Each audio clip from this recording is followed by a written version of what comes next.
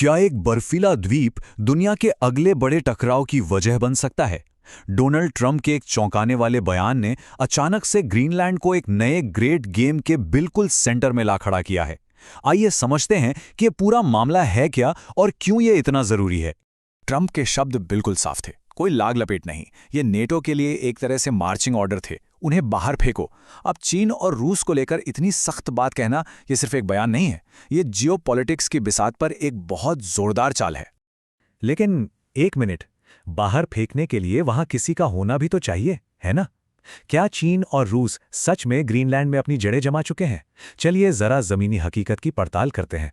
सबसे पहले ये समझना होगा कि आखिर इस विशाल बर्फीले द्वीप की इतनी ज्यादा अहमियत है क्यों। देखिए, ग्रीनलैंड की अहमियत को आप कई लेयर्स में समझ सकते हैं। ये दुनिया का सबसे बड़ा द्वीप तो है ही, लेकिन इसकी लोकेशन कमाल की है। ये शिपिंग और हवाई रूट्स पर एक तरह से पहरेदार की तरह बैठा है। यहीं पर अमेरिका का मशहूर थुले एयरबेस है, जो मिसाइल डिफेंस के लिए एक जरूरी आंख की तरह काम करता है।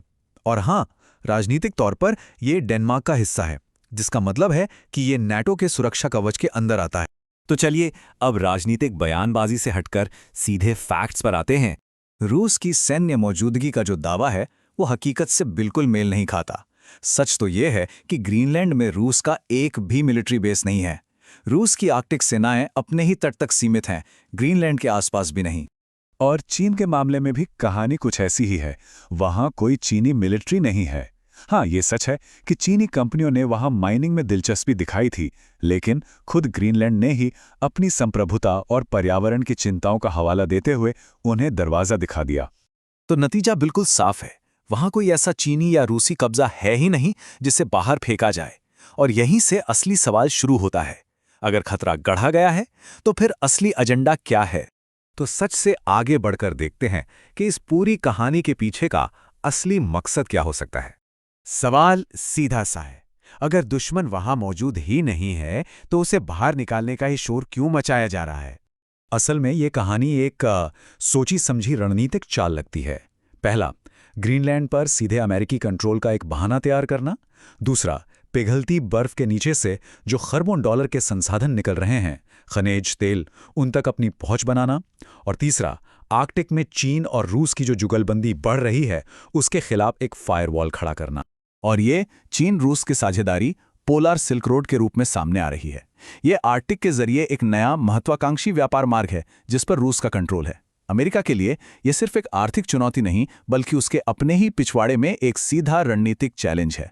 अब देखते हैं कि अमेरिका के इस एक तरफा दबाव पर उसके अपने सहयोगी देश क्या सोच रहे हैं, उनकी क्या प्रतिक्रिया है। सहयोगियों की तरफ से मिलीजुली प्रतिक्रिया है, जिसमें चुनौती और चिंता दोनों शामिल हैं।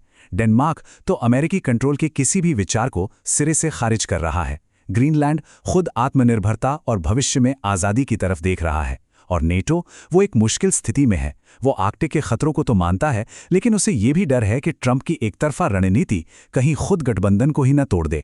इस तरह की बयानबाजी से न केवल अमेरिकी लीडरशिप पर भरोसा कम होता है, बल्कि नेटो की एकता का जो मूल सिद्धांत है वो भी दांव पर लग जाता है। अब थोड़ा पीछे हटकर देखते हैं कि इसके लॉन्ग टर्म में क्या असर हो सकते हैं। कुल मिलाकर हम आर्कटिक को एक नए ग्रेट गेम के अखाड़े में बदलते देख रहे हैं। जैसे 19वीं सदी में अफगानिस्तान महाशक्तियों की खींचतान का केंद्र था, वैसे ही 21वीं सदी में आर्कटिक अपने संसाधनों और रणनीतिक रास्तों के साथ बड़ी शक्तियों की प्रतिस्पर्धा का नया सेंटर बनता जा रहा है। और ये हमें एक बहुत ही सर्द सवाल पर लाकर छोड़ देता है। जैसे जैसे आर्कटिक की बर्फ पिघल रही है, क्या ग्रीनलैंड दुनिया का अगला जियोपॉलिटिकल फ्लैश पॉइंट बनने जा रहा है? खेल शुरू हो चुका है और दांव पर बहुत कुछ लगा है। इस कहानी पर नजर बनाए रखना जरूरी है, क्योंकि इसका नतीजा हम सब पर असर डालेगा।